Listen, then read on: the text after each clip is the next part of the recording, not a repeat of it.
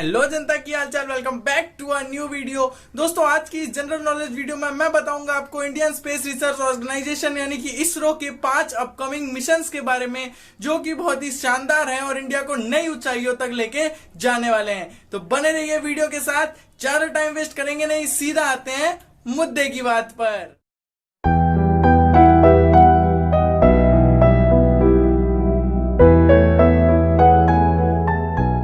चलिए दोस्तों बात करते हैं इसरो के सबसे लेटेस्ट मिशन की, जो कि है आदित्य L1। दोस्तों आदित्य L1 जो मिशन है ये बेसिकली लॉन्च किया गया था, जैसे कि नाम से पता लग रहा है आदित्य की ये सन से रिलेटेड है। दोस्तों इस मिशन में इसरो एक रॉकेट लॉन्च करने वाला था जिसका जो सैटेलाइट है वो सन के एटमॉस्फेयर और सन के कोरोना के बारे में इन्वेस्टिगेशन करता और ज्यादा डिटेल्स हमें लाके देता। ये कोरोना दोस्तों वायरस वाला कोरोना नहीं है, ऑब्वियसली ये कोरोना है सन की एक आउटर लेयर है। सन के ऊपर एक, जैसे हमारे अर्थ के ऊपर एटमॉस्फेयर है, वैसे ही सन के ऊपर एक आउटर लेयर है जो सन की सरफेस से बहुत दूर है, लेकिन फिर भी वहां का जो टेम्परेचर है वो 6000 डिग्री केल्विन तक होता है। इसीलिए इस मिशन का सबसे पहला मोटो ये है कि साइंस की जो ये बहुत बड़ी एक मिस्ट्री है कि कोरोना जो सन की लेयर है इतनी ज्यादा गर्म क्यों है, इसको सॉल्व करना है। और हो सकता है आदित्य L1 जो सैटेलाइट है वो इस मिशन को पूरा कर ले और इस चीज की जानकारी पता कर ले। और अगर इस चीज की जानकारी इसरो पता कर लेता है कि ऐसा क्यों है,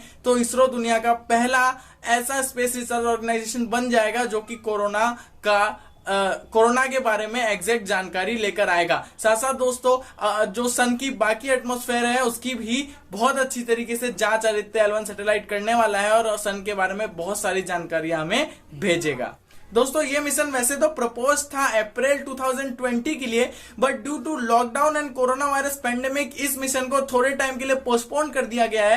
हालांकि अभी तक टाइम फिक्स नहीं किया गया है कि वापस से कब से रिलॉन्च किया जाएगा इस मिशन को, बट अभी कुछ टाइम के लिए इस मिशन को रोक दिया गया है due to this pandemic. But हम आशा करते हैं जल्दी से सारे हालात नॉर्मल हो जाएंगे और जल्दी से जल्दी आदित्य L1 लॉन्च होगा और इसरो को नई ऊंचाइयों तक लेकर जाएगा।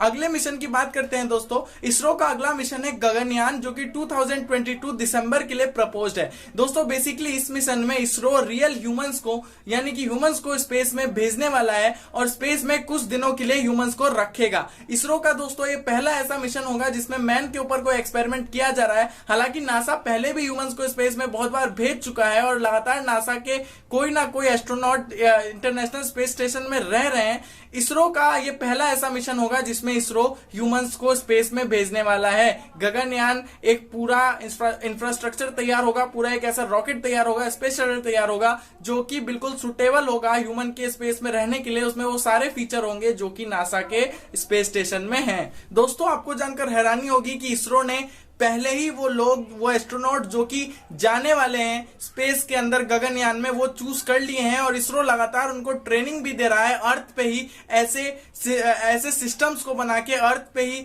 इस तरह का माहौल बना के जैसा स्पेस में होने वाला है, ऑलरेडी ट्रेनिंग दे रहा है इसरो अपने उन एस्ट्रोनॉट्स को। इसरो दोस्तों पानी जो होता है उसके अंदर एस्ट्रोनॉट्स को डाल के एक स्पेस जैसी फीलिंग देने की कोशिश कर रहा है। साथ साथ इसरो एस्ट्रोनॉट्स को जीरो ग्रेविटी में भी, आर्टिफिशियल जीरो ग्रेविटी में भी रख रहा है ताकि अपने आप को एस्ट्रोनॉट ढाल सकें स्पेस के मुताबिक और स्पेस का जो कंडीशंस है उसके मुताबिक। दोस्तों इसरो का अगला मिशन है मार्स ऑर्बिटर मिशन 2 यानी कि मॉम 2। दोस्तों मॉम 1 यानी कि मार्स ऑर्बिटर 1 की अपार सफलता के बाद, जब पहले ही अटेम्प्ट में इंडिया मार्स तक पहुंच गया था, उस शानदार सफलता के बाद एक बार फिर से इंडिया मार्स का मिशन लॉन्च करने जा रहा है 2023 में। वापस से एक सैटेलाइट को मार्स के ऑर्बिट में भेजेगा इसरो ताकि वो वहां की डिटेल लेकर आ सके। हालांकि इस बार भी किसी भी तरह का रोवर जो है, किसी भी तरीके का रोबोट मार्स की सरफेस पे नहीं उतारा जाएगा। ये भी ठीक उसी तरह का मिशन होगा जैसा मॉम 1 था, लेकिन इसके अंदर कुछ नई फीचर्स इंप्लीमेंट किए जाएंगे। इसकी जो टेक्नोलॉजी थी उसको और ज्यादा अपग्रेड की जाएगी। साथ साथ इसके अंदर जो सेंसर्स वगैरह लगे थे और भी ज्यादा अपग्रेड होंगे। इसके जो डिटेल्स भेजने की और इंफॉर्मेशन रिसर्चेस भेजने की क्षमता है उसको भी बढ़ाई जाएगी। लेकिन ये भी एक ऑर्बिटर मिशन ही होगा। बेसिकली ये सैटेलाइट भी मार्स के चारों तरफ घूमेगा, मार्स के ऑर्बिट को घूमेगा और घूमते घूमते मार्स के ऊपर से ही मार्स की डिटेल लेकर आएगा, उसकी फोटोज और साथ साथ जो भी स्टडी ये करेगा वहां पे वो इसरो को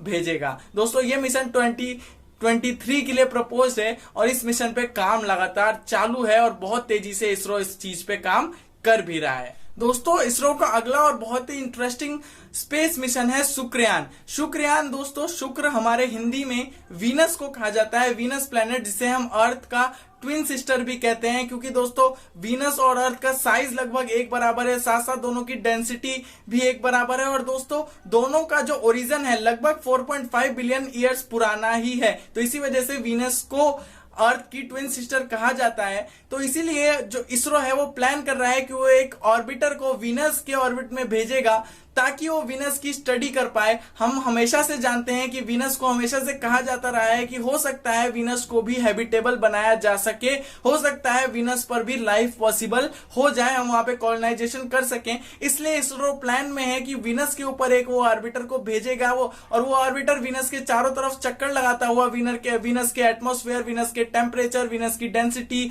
वीनस के ऊपर क्या क्या चीजें मौजूद है, वीनस का सरफेस, वीनस का क्लाइमेट, सब चीजों को स्टडी करेगा और सब चीजों की रिसर्च इसरो को भेजेगा। इसके बाद इसरो इस पे डिटेल स्टडी करके रिसर्च करके पता लगाएगा कि वीनस जो है वो लाइफ के लिए पॉसिबल है कि नहीं है, वहां पे हैबिटेबल जोन बनाया जा सकता है कि नहीं। दोस्तों शुक्रयान जो मिशन है ये इसरो का एक प्रीमियम मिशन है। साथ साथ इसरो ही एक ऐसा स्पेस रिसर्च ऑर्गेनाइजेशन है जो वीनस के पे रिसर्च के लिए इतना ज्यादा काम कर रहा है। रिसेंटली में किसी भी स्पेस रिसर्च ऑर्गेनाइजेशन ने वीनस के ऊपर ज्यादा फोकस नहीं किया है, सबका ज्यादातर फोकस जो है वो मार्स पर है, लेकिन इसरो वीनस की तरफ से भी अपनी नजर नहीं हटाना चाह रहा है और इसलिए इसरो जो है वो वीनस पे भी अपना एक ऑर्बिटर मिशन 2025 तक भेजने की पूरी तैयारी में है। दोस्तों इसरो का अगला और सबसे बड़ा मिशन यानी कि इसरो का खुद का स्पेस स्टेशन स्पेस में।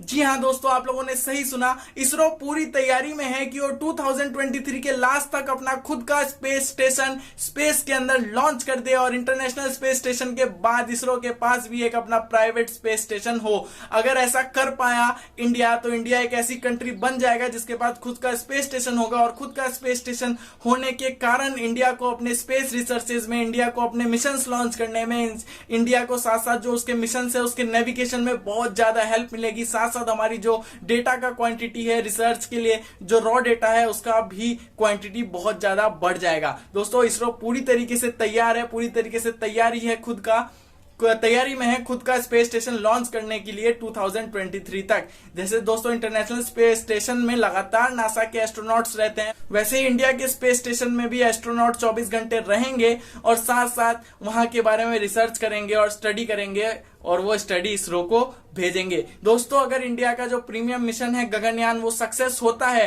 तो उसके सक्सेस पे भी ये मिशन बहुत ज्यादा डिपेंड करता है कि अगर गगनयान सक्सेस हुआ तभी इसरो इस चीज को और ज्यादा स्पीड से कर पाएगा और इसके सफल होने के यानी कि स्पेस स्टेशन के सफल होने के इसरो के चांसेस और भी ज्यादा बढ़ जाएंगे। तो दोस्तों बस आज की वीडियो में इतना ही। आशा करता हूं आपको वीडियो पसंद आई होगी। वीडियो पसंद आई तो वीडियो को लाइक कर दीजिएगा, चैनल पे पहली बार आए हैं तो चैनल को सब्सक्राइब जरूर कर लीजिएगा और बने रहिए मेरे साथ ताकि मैं आप लोगों के लिए इसी तरह की news, general knowledge, general science और साथ ही ओपिनियन से जुड़ी हुई वीडियोस लेकर आता रहूं। मैं मिलता हूं आप लोगों से अगली वीडियो में, तब तक के लिए जय हिंद, वंदे मातरम।